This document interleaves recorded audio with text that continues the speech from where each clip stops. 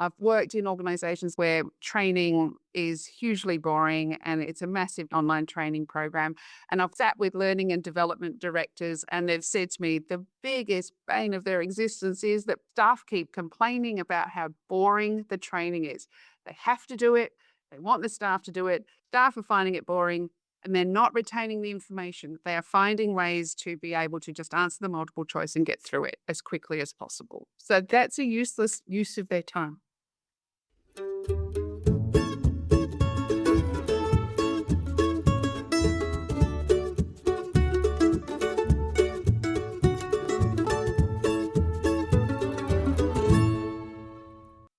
Welcome to Top of Their Game, the show where we speak with the people making communications clearer, fairer, and just plain better. I'm your host, Bob Bilstein, a lawyer and plain language trainer, practitioner, and advocate. Today, to coincide with the launch of the Plain Game, I bring you a very special episode, an interview with the co-founders of In-Game Learning, my colleagues Cinzia Theobald and Christopher Balmford. We'll be exploring their respective career tracks and how those tracks ended up connecting. We'll talk about the very important role both of them have played and continue to play at international policy level. And we will, of course, chat about the Plain Game, what it is, and why it might be worth playing. And this time around, the questions won't all be mine. Over recent weeks, we did ask you whether there were any particular questions you'd like me to put to them, and you responded. So I've peppered this interview with quite a few of your questions, for which I thank you. And now, Christopher Balmford and Cinzia Theobald.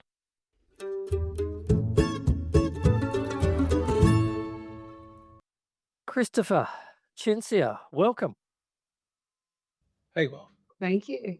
Can I just say at the outset, colour me intimidated. I am used to just doing interviews with one person. I've never been outnumbered before, so please be gentle with me. I'm sure we will. Good. The other thing I should say, by way of full disclosure, of course, is that not only do we know one another, we're friends and we're colleagues and have been, in case of Christopher and me, several decades, a little shorter, Cinzia. Despite that, I will, of course, maintain my professionally dispassionate demeanour throughout our time together. Okay. All right, here goes. Let's start at the beginning. Cinzia. Yes, Bobby.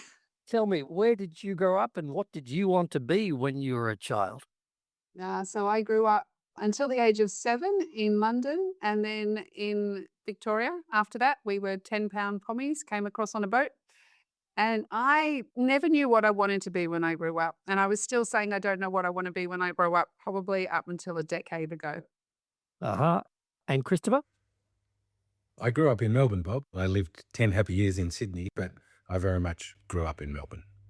I grew up in a family of lawyers. My father was a lawyer, my mother was a lawyer, which was much more unusual in those days. I should say my mother later became the first female Supreme Court judge in the state of Victoria. And I cannot tell you how proud of her I am. I miss her too. My grandfather was a lawyer.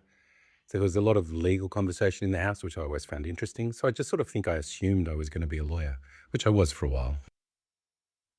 So these days, you're renowned as communicators. Was that a skill that you had as young people? Did it come later? No, I was really shy. I was a better written communicator than I was oral. Christopher? I was a sort of noisy person. I still am a noisy person. Not as noisy as I used to be. I spoke a lot in class and did things like that. The plain language thing didn't come until much later. I always thought I wanted to be a writer. I didn't really think through what that meant. I was a lawyer for a while. I always thought I'd be a lawyer. But I don't really think I thought much about the communicating thing. So when it did come to discovering and embracing the world of plain language, how, Christopher, did you first discover that field? I was working at the Law Reform Commission of Victoria. Had a reference from the then Attorney General, Jim Kennan, QC, to improve the clarity of legislation and government documents generally. The Commission had had that reference for a while, and as part of its work, it produced an outstanding report dismissing the concerns people have about plain language, which was republished on its 30th anniversary. It's so good. Do you remember the name of that resource? Yeah, Plain Language in the Law. We should put it in the show notes. Funnily enough, it's just been recently translated into Japanese by a language organization in Japan. And I was working at the Law Reform Commission in a researcher role. And before that, I'd been a solicitor in a big law firm and managing legal documents for clients, mainly in the property area. And the commission, as part of its reports, did demonstration rewrites of documents. And the people working on the plain language project had rewritten, I think it was a commercial lease, I can't quite remember. And they asked me to put on my property law hat and review it, looking at the original that they'd been rewriting and looking at the rewrite that they had written and making sure that the rewrite was accurate and nothing had been left out or glossed over or whatever. And I really enjoyed that. Like, I was just amazed at what a good job they'd done and how clear it was. And, it was a type of document I was very familiar with. Then I did find some, let's call them holes in it, which we worked together to rapidly fix. But that was the moment when I thought, oh, this is really useful and this is really interesting and this is really worthwhile. And, I reckon I can do it. That's where it started. And was there a particular person or mentor who drew you into this? Yeah, there was a guy called David Kelly, who was one of my plain language mentors. I've got a couple, him and Annetta Cheek, who was the second interviewer in the podcast, really good friend of mine. David led the Commission's work on plain language. I was also a professor of English from Sydney University. Dr. Robert Eagleson was heavily involved for a few years. Other people, Lowen Skeen and Mark Duckworth. And in these discussions around these documents, at the start, I was saying it can't be done, it can't be done. And I gradually realized that I was losing these arguments and that these people were actually convincing me that it could be done. And, then like Paul on the road to Damascus, as they say, I fell off the donkey and changed my mind and became a zealous plain language advocate, practitioner, obsessive. And what about you, Cinzia? I was working in health and I was working for the largest health service in Victoria at the time. And I had probably 10 portfolios. And someone said to me, "You're now taking on health literacy." I'd never even heard of it before, didn't know what it was. Took it on, loved it, but couldn't give it all of my attention because of all the portfolios I had. But then I changed my role and ended up working in an organization that was working in the engagement space with multicultural communities, people seeking asylum, refugees, people experiencing significant disadvantage. So we were writing a lot of documents for those communities because they weren't understanding the documents that the government were putting out. So that's kind of where I got a passion for it. And then COVID hit. And that's where, with all the public health orders that were changing every week, communities were not understanding what they were supposed to do. They were chatting on WhatsApp with relatives in other countries and they were getting their advice from them. And of course, our rules were different. Melbourne was the most locked down city in the world, I believe. And they just weren't getting it right and their lives were at risk and so were other members of the community. So that's where I got heavily into health literacy and writing in plain language for those communities. And for the benefit of listeners who are outside of Australia, it's important to note that Melbourne is an extraordinarily diverse city from a multicultural perspective. Not only is Melbourne hugely diverse, but I was working in the city of Greater Dandenong, which is the most culturally diverse local government area in Australia, and I think the second or third in the world, where 150 languages are spoken just in that local government area. I understand you've had some engagement with the Department of Health and you submitted some documents to them. How did that department respond? They responded very favourably. They were brilliant. And in the end, we ended up working closely with them and the local council. And we got huge grants to work as intermediaries, if you like, between the multicultural communities and the Department of Health and writing more documents. Now, who was the we in this? What was the name of the organisation you were with? Enliven.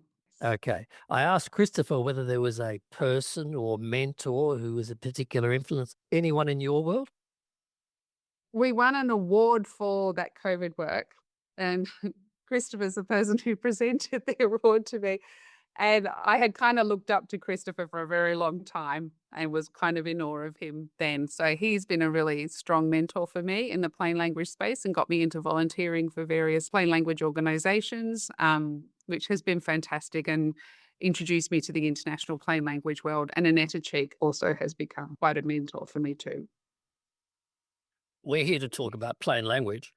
Why should companies and organisations ever care about plain language communication? To my mind, there's four broad reasons. The first one is that plain language help makes the documents the organisations write more efficient. They save money by having documents that are clear. There's less helpline calls, less follow-up calls. Fewer things need to be done twice. Things go more smoothly. There's a tremendous research from the Norwegian Language Council, which I think is called Språkrådet in Norwegian. I'm not sure of my pronunciation. They commissioned a report from Economics, which shows that a local government project in Norway, based on several projects, got a return on investment of between 30% and 300%. Some of you listeners will know that from listening to Tura and Rexton's interview a week or two ago. So that's the first reason. It's about efficiency. The second reason, to my mind, is it's about effectiveness. The document does its job better in the sense that documents are written for a purpose. The purpose is more likely to be achieved if the readers of the document can understand it and know what they're meant to do, or can make an informed, confident decision about whether to do that or not. So there's these two reasons of efficiency and effectiveness. There's a third reason of democracy. There's a wonderful quote: "The citizens deserve to be able to understand what government is doing in their name." That's a quote from Ella Omar, who was the first Attorney General in the South African government when Nelson Mandela was resident in South Africa. It is essential to democracy that documents be clear. There's a fourth reason, which I think is really important for much smaller organizations than countries, and it's that the documents an organization writes form the voice of the organization's brand. You know, every time we speak, we think about who we're speaking to and why we're speaking to them. We adjust our voice to reflect that. Organizations should do that too. They often don't. People at work just use the same voice regardless of who they're writing to and why they're writing to them. And the brand thing is how we feel inside about an organization when we think about it. So the voice of the brand, organizations make all sorts of claims about acting with integrity or being open or being transparent or being customer focused or being whatever it is. There's all sorts of brand values that organizations have. And if we measure an organization's documents against those brand values, it's the documents that fall up short. So many documents from organizations that make these great big claims about themselves, and in many aspects of their operations, they are living up to their brand values, but so many of them in their documents, they don't. So efficiency, save money; effectiveness, do a better job; democracy, empowering people to make informed, confident decisions; and then this one about organizations' documents ringing true in the moment of truth when they're read. Fabulous. Cinzia, did you want to add anything to that? For me, poor patient outcomes is a direct result of poor communication. There are incidents happening in hospitals every day because of poor communication. Patients' lives are put at risk. So yes, it is about patients being able to make an informed decision and understand what's going on in their lives, but there's some significant risk when we talk about health and communication in health. And people reading communication in health sometimes are very stressed. You know, they've just been diagnosed with something, or they're going through a really tough time, mental health issues, whatever it might be. And we really need to think about the audience that we're writing to and understand that while we might want to give them lots of information to cover ourselves legally, probably better to do it slowly, clearly, using an appropriate tone, and just bearing in mind what they're going through. Thank you. You earlier identified the work that you did at Enliven with culturally, linguistically diverse groups, who I assume have health literacy challenges, legal literacy challenges for that matter. In that setting, how important was the process of testing, and what was your philosophy of testing? So testing is vital, but you have to start before you even put pen to paper. So if you're writing about something, if you're writing about suicide prevention, as an example, you need to speak to communities about how they view suicide, what their views are, because you can't write something that's going to alienate them straight away. If there are cultural, religious, or whatever barriers to them reading your document, you need to understand that up front and how we should best talk about these things. So you start by engaging communities early on, and then you do your first draft, preferably with people from their communities. But if you can't, just use your plain language experts and write your first draft. And then we used to test it in two ways. We would test it first for its cultural appropriateness, I suppose, making sure it wasn't offensive and that it actually resonates with that community. I'll give you an example. In the COVID work that we did, one of the public health orders that came out was that if you got COVID, you need to isolate yourself in a bedroom, isolate yourself from the rest of the family until your symptoms have gone 5 days from now. Many of these communities were living 3 generations in one house that had 1 bathroom.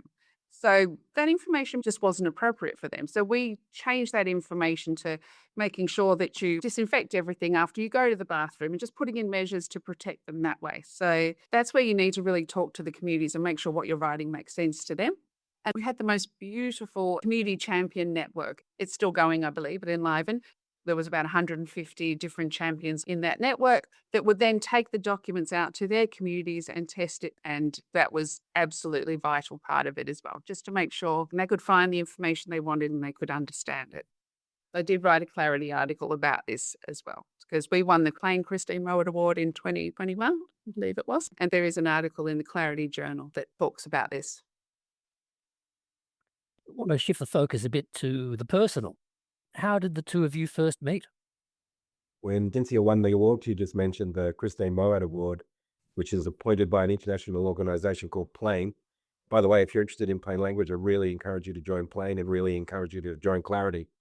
And the president of Plain, Margrethe Guarenis from Norway, asked me, because I was local and in Melbourne, and I'd known her for several years, she asked me to present the award on her behalf at Cinzia Theobald. It was quite funny because it was during COVID and I turned up and it was just Cinzia and Rob McIndoe. The two senior people were there and none of the staff were there because of COVID. But I stood and delivered this speech as though I was talking to people in the room and congratulating them on the work that they'd all done. It was quite fun. And that's how we met. And I said to Cinzia, clearly you're interested in plain language and clearly you're good at it. You've just won the most prestigious plain language award in the world. Congratulations. I really encourage you to get involved in the ISO project, the International Organization for Standardization project to develop a plain language standard. I was the convener of the working group that developed that. So I said to Cinzia, apply through Standards Australia. It'd be great to have you involved. I'm keen to hear more about your respective roles at international levels. But just before I walk away from that personal discussion, at what point did you realize that you work well together? I've got part of the answer to that. Cinzia wrote a guide to how to write case studies about the standard, and she wrote a case study as a demonstration model. And Cinzia had done these drafts and wanted me to review them. And I was kind of dreading having to do with it. I was a week late and Cinzia had nagged me. And I opened up these documents and I don't know, Bob, maybe I changed a word, maybe not. They were just terrific documents. And I thought, wow, not only is this person great fun to work with, but also the quality of her work is just extraordinary. And when I had my next big project, I knew I wanted her involved. And Cinzia? Probably when I started working on the committees with Christopher, he was convener of the ISO Working Group 11 that was responsible for developing the standard. And he was also the chair of the Standards Australia Working Group. And so I started working with him on those two. And the International Plain Language Federation's Localisation Committee that Gail Spivak chairs. And I just responded well to his style, I guess, because he's very inclusive and very, very easy to work with. He's a high-risk Laugh at himself. I like that about him. Yeah, definitely. We're going to be spending a bit of time talking about in-game learning and the playing game. But just one preliminary question for you, Cinzia, about it. When Christopher first described his vision, what were your thoughts? So we were in Washington at the time and everyone was a bit jet lagged. And he was telling us his idea over lunch. And it was just so different. I had never even considered that you could deliver training as an online game. Most of my history has been working with massive pharmaceutical industries, health services, where you have to go through so much online training every year, never mind your first induction, but just to keep up the training. And they're boring. They are really boring. But I've never thought that there could be a way they could be delivered better. And Christopher's idea just resonated with me. And I thought, wow, I want to get plain language out there, out to the masses. And I just thought that was a fantastic, affordable way to get fun training out there that's just so different to what's currently on offer. So I jumped at it. We're on our way, funnily enough, to Annetta Cheek's 80th birthday, the mentor that each of us mentioned before. We came back a few weeks later and Cinzia sent me this email that just said, when are we going to meet about the game? I remember the moment of taking a big gulp and thinking, okay, we're going to do this. And knowing that I was doomed to several years of very, very, very hard work. Yeah. Just looking broadly at your careers to date, and I know there's a lot ahead of you, what are the biggest changes you've seen in the world of plain language? I first got into plain language in 1990, 91 and 92 at the Law Reform Commission of Victoria. And in those days, the legal profession argued vociferously, to use a big long word, argued aggressively, confidently that it couldn't be done, which is what I was saying as a representative of the legal profession when I was at the Law Reform Commission. And You know, Bobby, you and I have run the plain language training course, which we've converted into the game.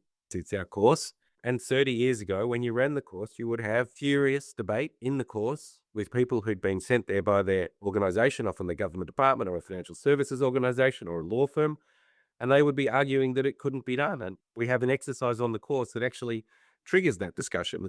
And sometimes there would be no debate. It would all be fine. But sometimes it was really serious and unpleasant. So this opposition to plain language, particularly from the legal profession, it used to be on the course, but it also used to be in the media. There would be articles and quotes from senior lawyers.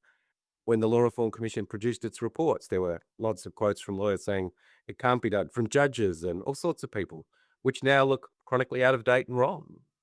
That's life, you know. So that's the two big changes for me. And Cinzia? I'll focus in on health because that's where I've worked. Health literacy has become a really important priority for health services. It's also a part that is assessed when a health service is accredited now. So they have to do something in that space. They can't do something tokenistic.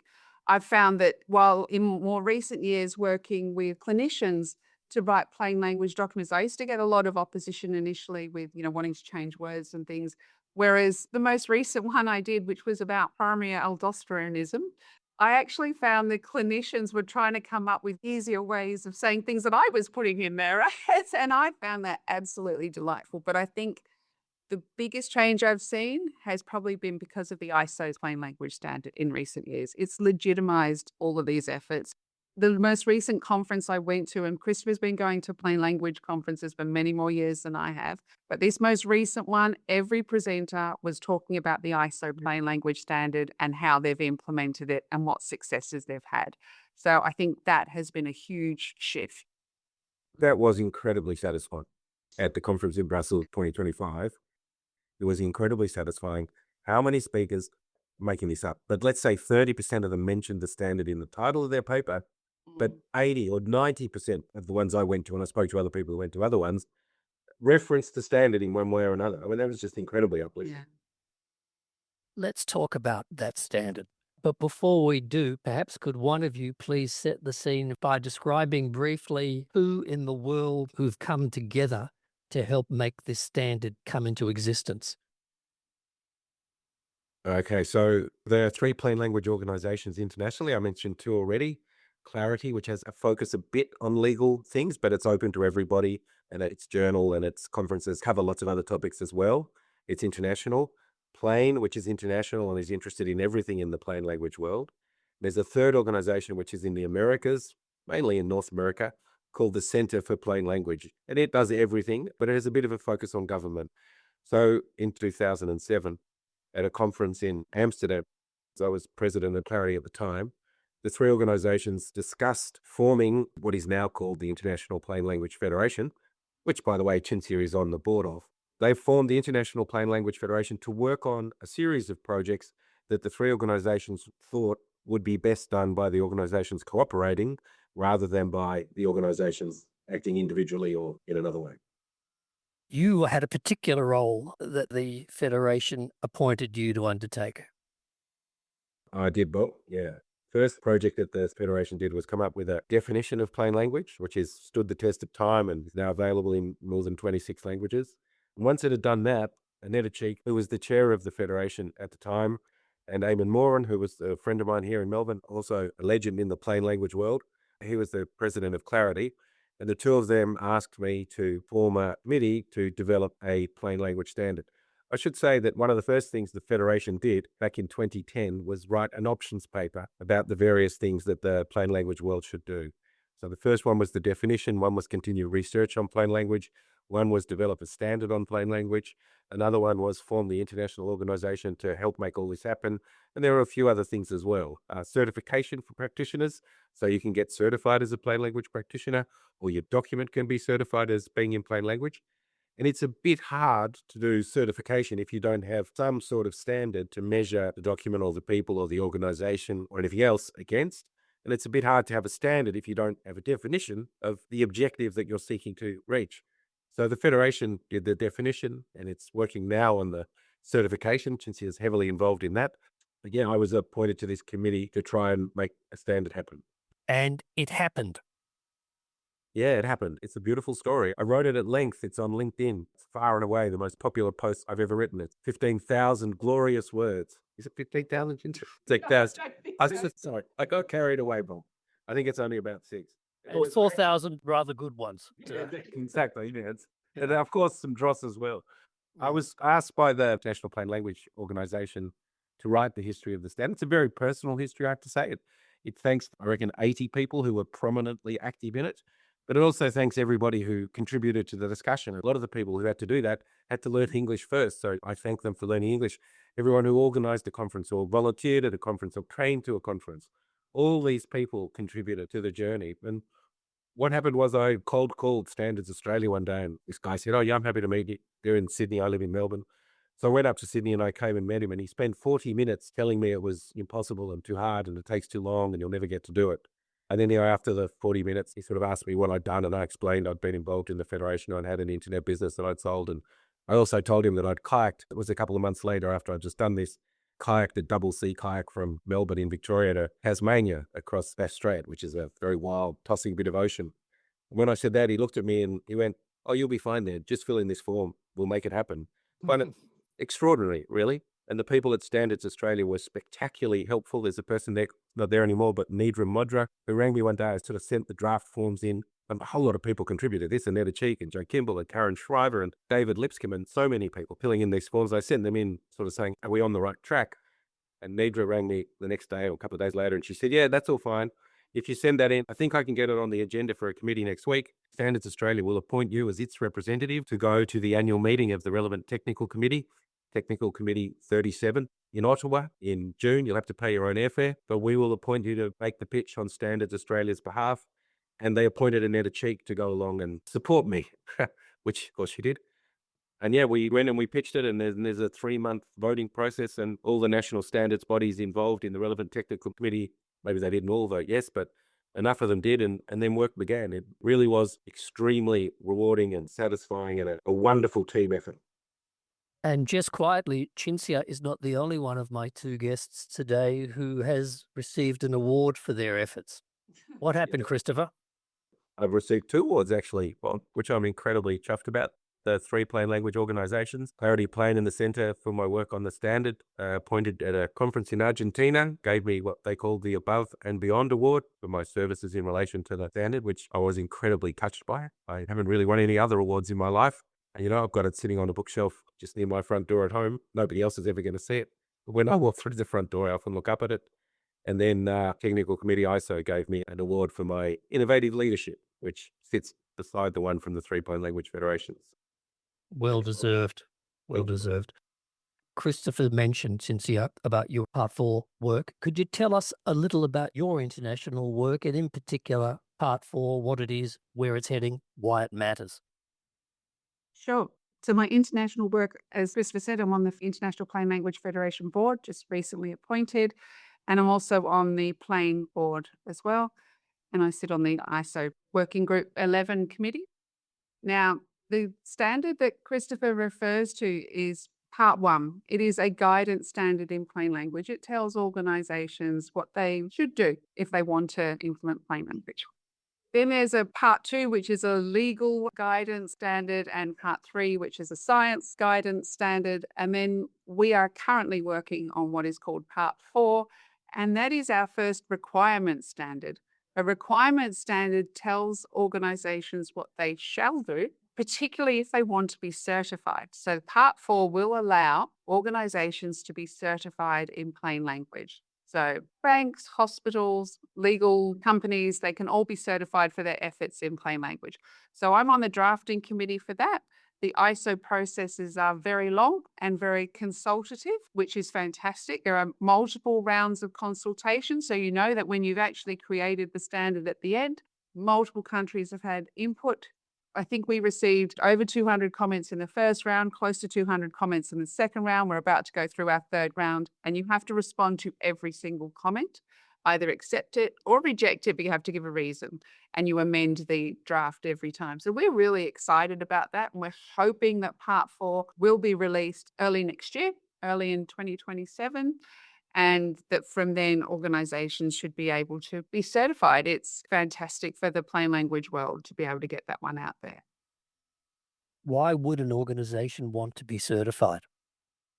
It shows their customers that they're serious about their communication, that they can be trusted. As Christopher was talking about the voice of the brand, to be certified against an ISO standard talks about the quality of the work that you do. There are multiple ISO standards out there that many organizations are certified against. ISO 9001 is one particular standard. It's a quality management standard. People want to be certified against these ISO standards because it shows the rest of the world that they're using best practice.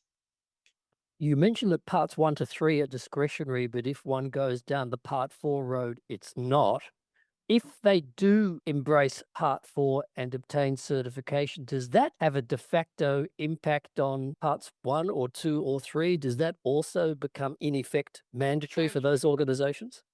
Essentially, part 4 is turning part 1 into requirements because part 4 is based on part 1. It is looking at everything we say you should do in part 1, and we're saying that you really must do it if you want to be certified. So it does turn part 1 almost into a requirement standard. But of course, an organization can still choose to be certified. Whilst it's a mandatory standard, you don't have to be certified against part 4. Organizations in countries where there is plain language legislation, that might be a good way for them to show that they are complying with that legislation.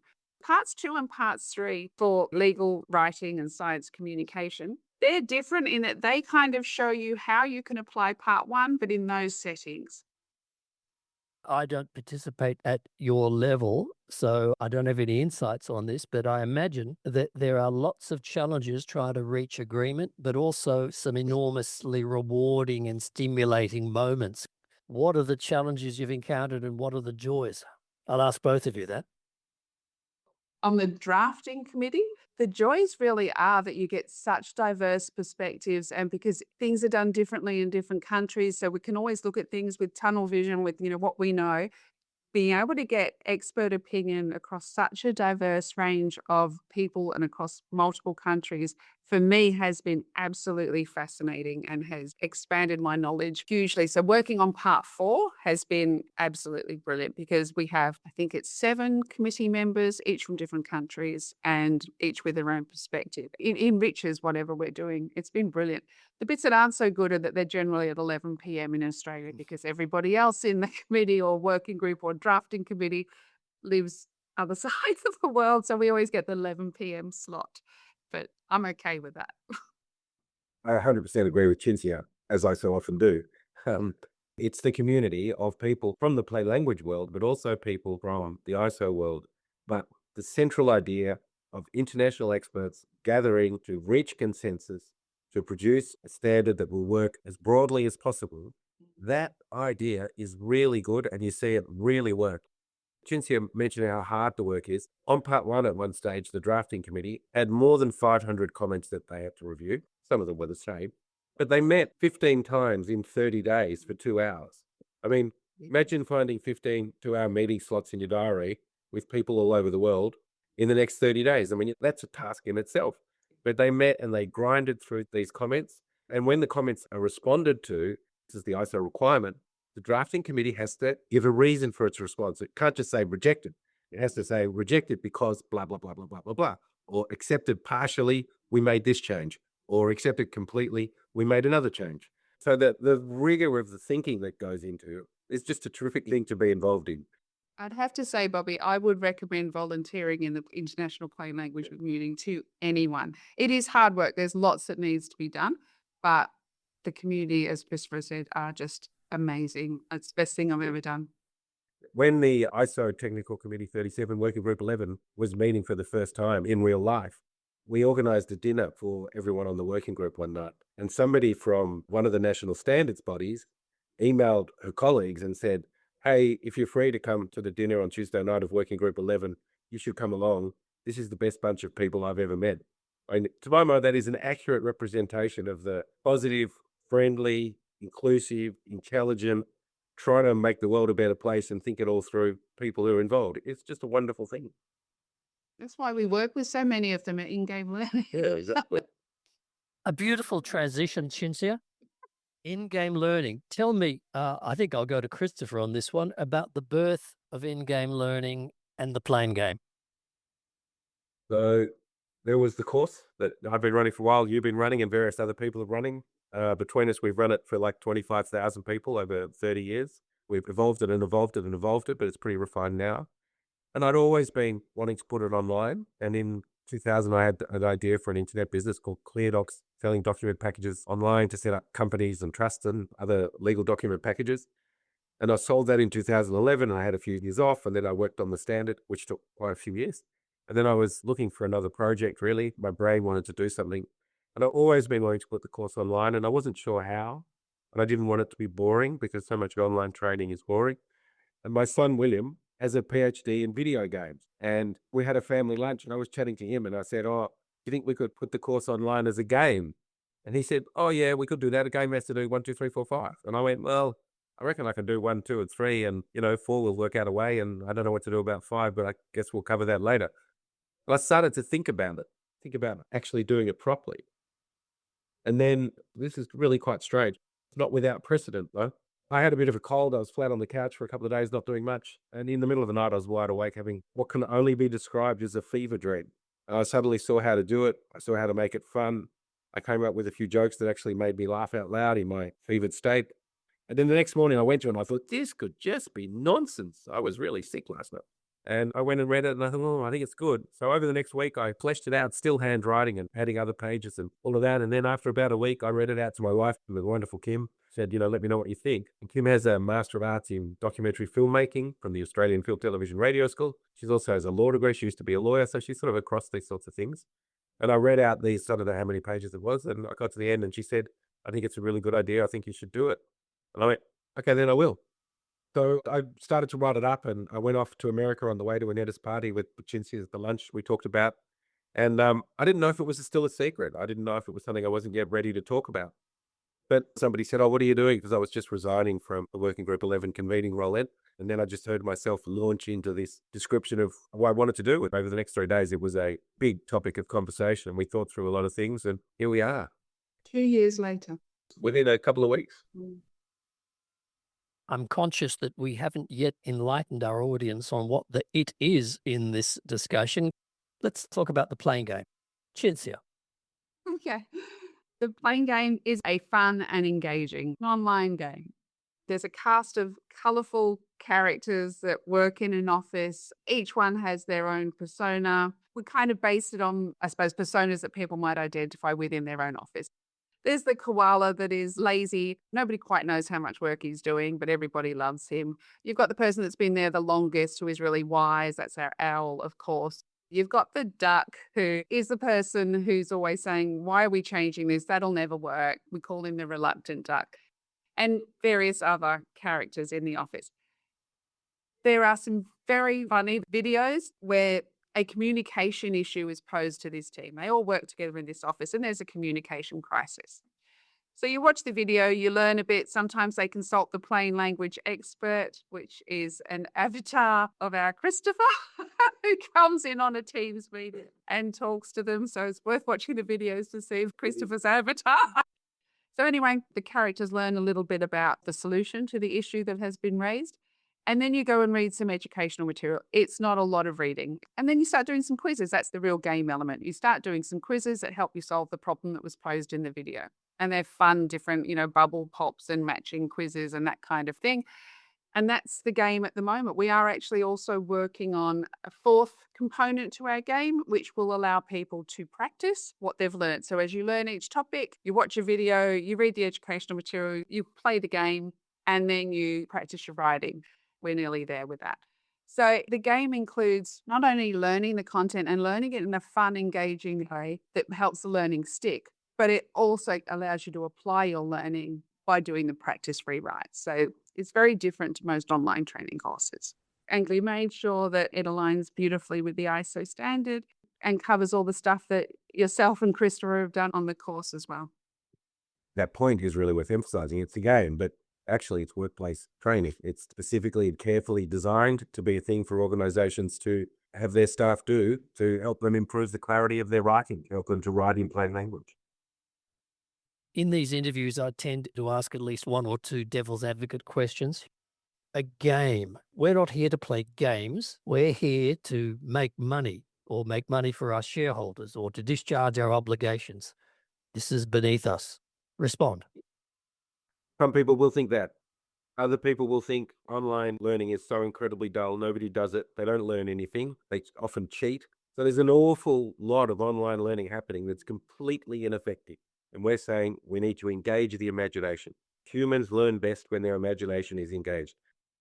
I imagine there is a plan B available to some people. They can bypass the gamey bits and go to what they perceive to be the core. They can go straight to the educational material, the stuff that Cinzia mentioned that they read, and do the quizzes. They don't have to watch the videos. While I was attending a conference in London, we had a senior executive approach us from one of the big banks in London. And he said, I love it. I absolutely love it.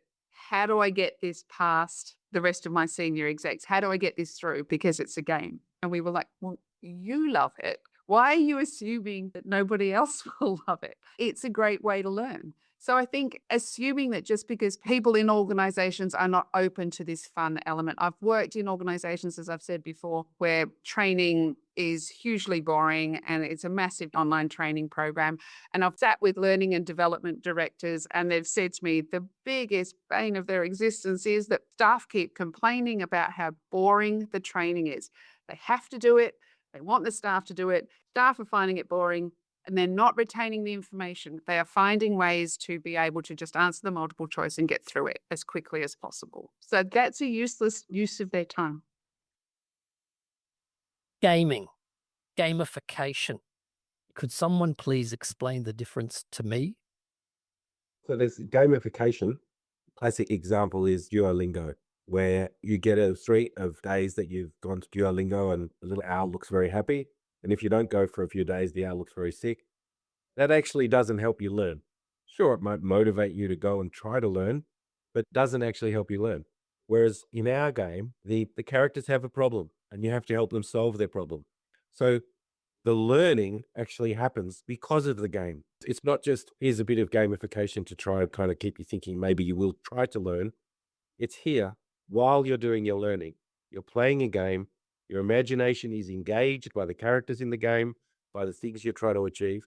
And that makes it so much more likely that the learning will stick, because humans learn best when their imagination's engaged, because play is the brain's favorite way to learn.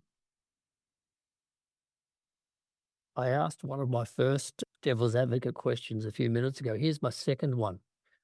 If you get over the line on games, what about the people in management who hold the purse strings, who say, why do we need to upskill our people on writing? Isn't that what generative AI will do for us forever and ever? Amen.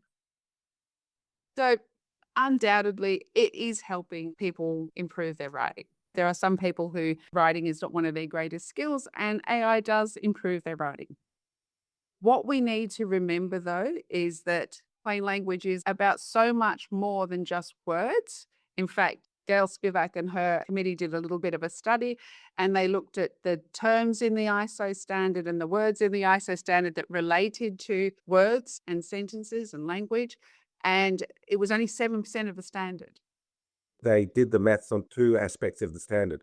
They counted the number of words that dealt with each topic, and only 7% of the words deal with words and sentences. And they counted the ideas in the standard, and by coincidence, only 7% of the ideas in the standard are about words and sentences. The rest are about ordering of ideas, about headings, about graphics, about design, about evaluating the document, about thinking about who you're writing to and why you're writing to them. Really worth emphasizing. Yeah. So as Cinzia says, you need to know what good looks like. But there's a second issue, the issue of cognitive outsourcing. The process of writing is the process by which we organize our own thoughts rather than subcontract that to technology, and they are not our thoughts, and we haven't acquired them because they're not things we've gone through the sweat and toil of acquisition. Absolutely. I agree with you 100%. We work out what we think by writing. There's research about that. It's the creative process of writing that helps our brain work out what it thinks. And if we abdicate that to the AI and we don't really think, we just get something back from AI and we go, oh, that looks pretty good and it sounds okay. Yeah, that'll do. Yep. What have been the biggest challenges in getting the game off the ground?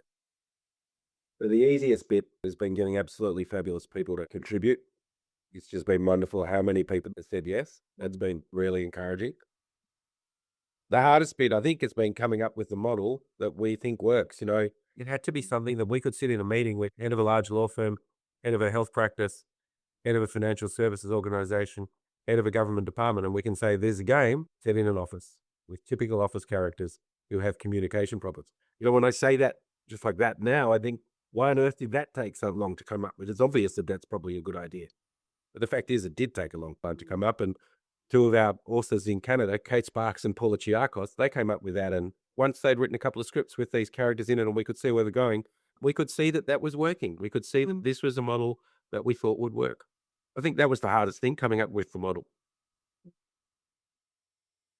In-game learning's vision goes beyond just the playing game. Is there a future that you have in mind for other games?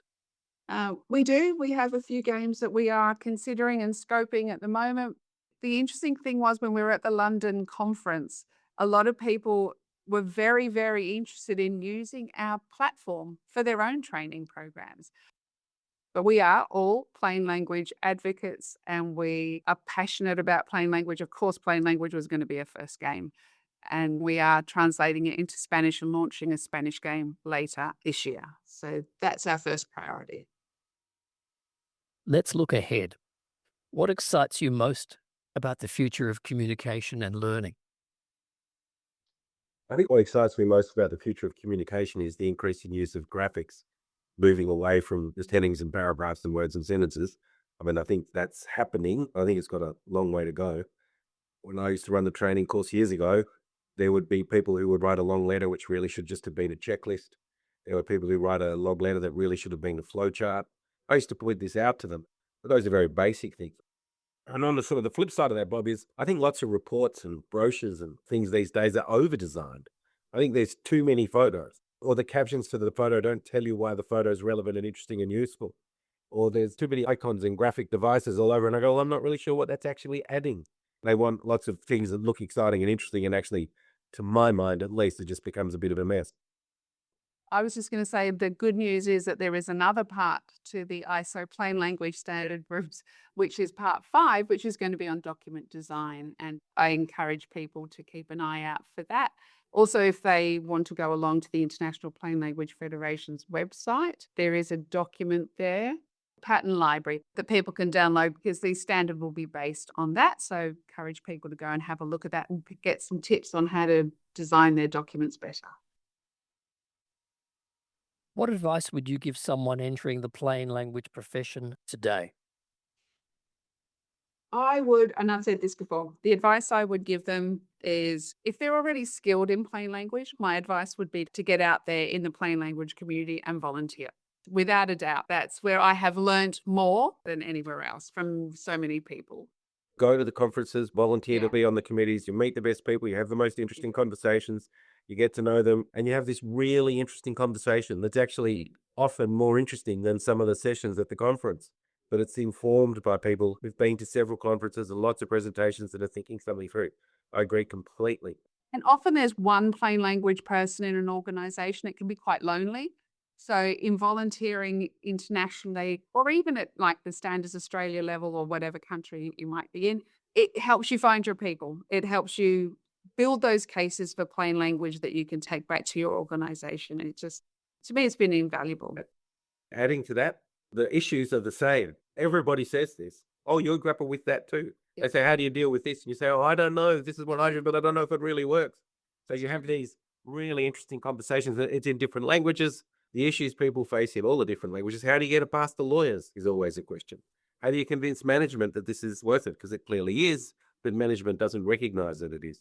So you're having these conversations, getting your energy back, getting informed with ideas. I would be on the training course and people would ask a question and I would have an answer to the question just because of something that I'd heard at a conference, either in a formal session or sitting in a couch talking to someone at morning tea. You've identified several pressure points where there's pushback from management or the legal team. If you could change one thing about how organizations communicate tomorrow, what would it be? I would say please worry much, much less about your purpose for writing and think much, much more about your reader's purpose for reading. What is it that brings the reader to the document? You know that the document matters to the reader. If it didn't matter, they wouldn't be reading it. That's as true as any thought's ever been, I reckon. But I ask you to expand on that from this perspective. You and I both do training with lawyers, and lawyers will sometimes take the position, and I guess it's not the only one, but it's just top of my head, that I frankly don't care what this reader does or feels or thinks. There's a whole alternative agenda that is driving what I'm writing, how I'm writing it, and why. What do you say to that argument? So those lawyers are probably thinking that they're writing for the judge. So at the end of the day, the judge finds for their client. Fair enough too. But so few documents end up in front of judges. So few documents that lawyers write ever even get to court or even get into a dispute. In fact, these documents have, for want of a word, other lives. An insurance policy is for many people a manual. It tells them what to do in a situation. People working at the insurance company, should we pay this claim? How much should the premium be? Someone reading the insurance policy at home, should we make a claim? Is there an exclusion, which means it's not covered? And all those people matter so much more than the judge. Don't accept totally sometimes the judge matters enormously. My mother was a judge. Judges are important. But if you get it right for those people, you're much more likely to get it right for the judge as well. So I think people who run those sorts of arguments are mouthing a false goal. They're kidding themselves. Sure, they've got to get it right for the judge. But if they get it right for all of the other readers of the document, it will also be right for the judge. Cinzia? How can I top that? The work we did at Enliven was all about the reader. So I absolutely agree with Christopher. It is about your audience. For me, I would just add one thing, to not undervalue testing your documents with your reader. You learn a lot from doing that. It's also humiliating. They make suggestions about how much better the document could be, and you're supposed to be the expert. It's a healthy humiliating, but it's humiliating. Let's say an organization hears this and says, that's a great idea. Let's do some testing. What does that beast look like? How long does it take? What does it cost? And what are the variables? It doesn't have to cost much at all. If you're writing a document for young people, just find some young people, your children's or nephews, friends or whatever. You don't have to go through a formal process, and interview them and ask them what they learnt from that document. Could they find this information? How quickly could they find this information? You can do it really easily and really cheaply. We did it formally because we wanted to engage with 150 different cultural groups, and we paid them for their time. And we think that that's a valuable thing to do. Include it in your budgets. If you are a plain language practitioner and you are out there with an organization, talk to them about testing the document, because believe me, you get so much back. Your document is improved so much when you do test with your audience. But it is always about the audience, same as Christopher's. It's about the audience. Stop writing for yourself. Some final quick fire questions. Favorite book? My Brilliant Friend. Max Beerbohm's Zuleika Dobson. Pretty obscure, but brilliant. Written in the late 1890s. A communications pet peeve? Icons. I am anti-pet peeves. None of us should have a pet peeve. Pet peeves impede our judgment because we get uptight about the peeve. So I try to rise above the pet peeve and not have any. I'll see below. Icons. I hate icons. Yes. I like it when Christopher goes high, Cinzia and I go low. We go low, yeah. We're happy to go low. Yeah. Coffee or tea while working? Coffee. Tea while working, but one coffee early in the morning.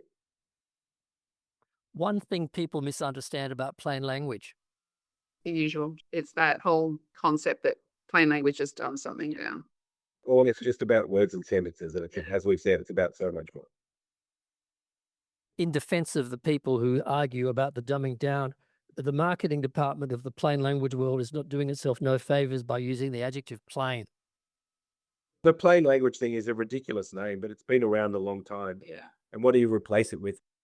Clear communication. The radio sounds clear. The reader-friendly writing, user-friendly writing, who knows? Yeah. But yeah, I agree. It's a silly name. It's been around long before my time. Other than me, a person you'd love to have dinner with? I would have said you, Bobby. Well, you're only human, Shins. For me, it's, my family, my grandchildren, the children, my wife, my parents. They're not around anymore. I'd like to have dinner with my parents again. Yeah, for sure. Family. If you weren't doing this work, what do you think you would be doing? I dabble a little bit in some other work already. I'm a birth doula, so I help women give birth and understand the health system and understand the options available to them and have the birth that they would like. I think I'd be retired, Bob, exploring carpentry and gardening and cutting firewood and watching the seasons come and go and the waves rolling and things like that. With your slippers on, ship the knife. What? With my boots on. If I could continue with the doula image, you have been incredible in your efforts to conceive and now deliver the plane game. But what you have done has been, I'll use a cliche, nothing short of amazing. Immense series of skills and effort and time. And this conversation has reminded me that I should be in awe of your respective CVs. You're both amazing. So Thank you, Bob. thank you for your time. Thank you for joining us on Top of Their Game. It's been great speaking with you in this setting, though I suspect just quietly we'll speak again. Really do. Come on. Thank you. Thanks. Thank you, Bob.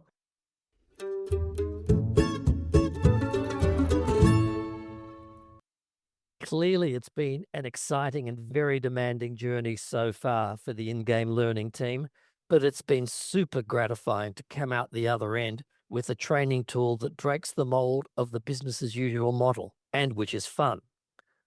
For more about Cinzia, Christopher, and the plane game, see our show notes. Top of Their Game has been brought to you by In-Game Learning, the most fun you'll ever learn, and by its launch product, we've heard a bit about that, the plane game, because plain language training helps you get to the top of your game. Visit ingamelearning.com and see just how much fun online plain language training can be. Today's episode has been produced and edited by Daniel Vessel. If you enjoyed today's episode, share it with a colleague or leave us a review, or both. I'm Bob Milstein, and until next time, go forth and clarify.